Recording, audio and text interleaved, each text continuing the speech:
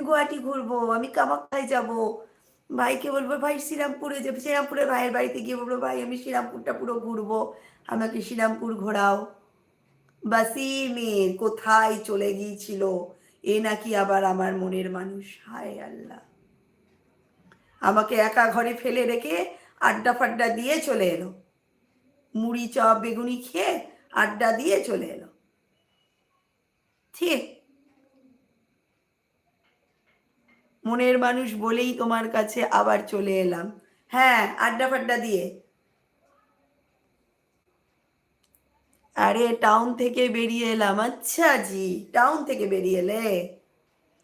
বোন গো, তুমি আমার বাইরে যাবা কিন্তু,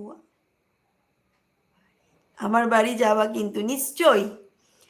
কোথায় আড্ডা দিবি, গার্লফ্রেন্ডও নেই আর বয়ফ্রেন্ড হলে।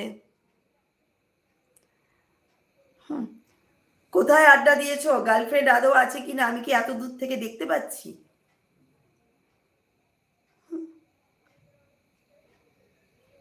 আমার ভয় করছে, আমি বললাম, আমাকে রেখে চলে গেল।